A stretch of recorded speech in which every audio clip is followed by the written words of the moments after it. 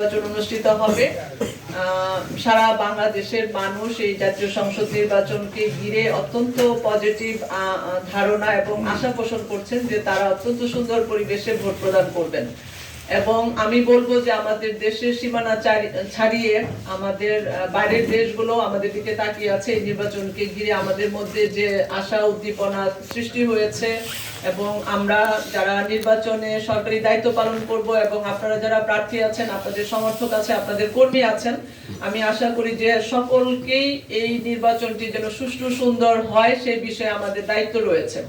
তো আপনারা জানেন যে নির্বাচনী আচরণবিধি ইতিমধ্যে আপনাদেরকে প্রেরণ করা হয়েছে এবং আচরণবিধি প্রতিপালনের জন্য আমাদের পর্যাপ্ত ম্যাজিস্ট্রেট ফিল্ডে আছেন। এছাড়াও 3টি আসনের জন্য 3 জন জুডিশিয়াল ম্যাজিস্ট্রেট আছেন জুডিশিয়াল এনকোয়ারি কমিটির প্রধান হিসেবে। আচরণবিধি সম্পর্কিত যে বিষয়গুলো প্রতিপালন করার কথা, আমি আশা করব রিটার্নিং অফিসার হিসেবে আপনারা সেই আচরণবিধি সম্পূর্ণভাবে সুন্দর মতে আপনারা অনুসরণ করবেন।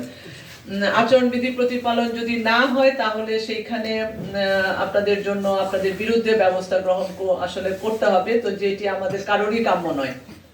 এখন পর্যন্ত আমি বলবো যে এই জেলায় নির্বাচনী পরিবেশ সুষ্ঠু আছে এবং আমরা যখন বিভিন্ন সারা বাংলাদেশের রিটার্নিং অফিসারদের নিয়ে একাধিক মিটিং হয়েছে নির্বাচন কমিশনের সঙ্গে, তারা আমাদের এই পরিবেশ ভালো রাখার জন্য আমাদেরকে ধন্যবাদ জানিয়েছেন। তো আশা করব আপনারা যারা প্রার্থী আছেন, আপনারা আপনাদের যারা কর্মী আছেন সেই কর্মীদেরকে আপনারা নিয়ন্ত্রণের মধ্যে রাখবেন এবং যেসব নির্দেশনা রয়েছে আচরণবিধি প্রতিপালনের জন্য যে বিষয়গুলো রয়েছে সেগুলো আপনারা মেনে চলবেন।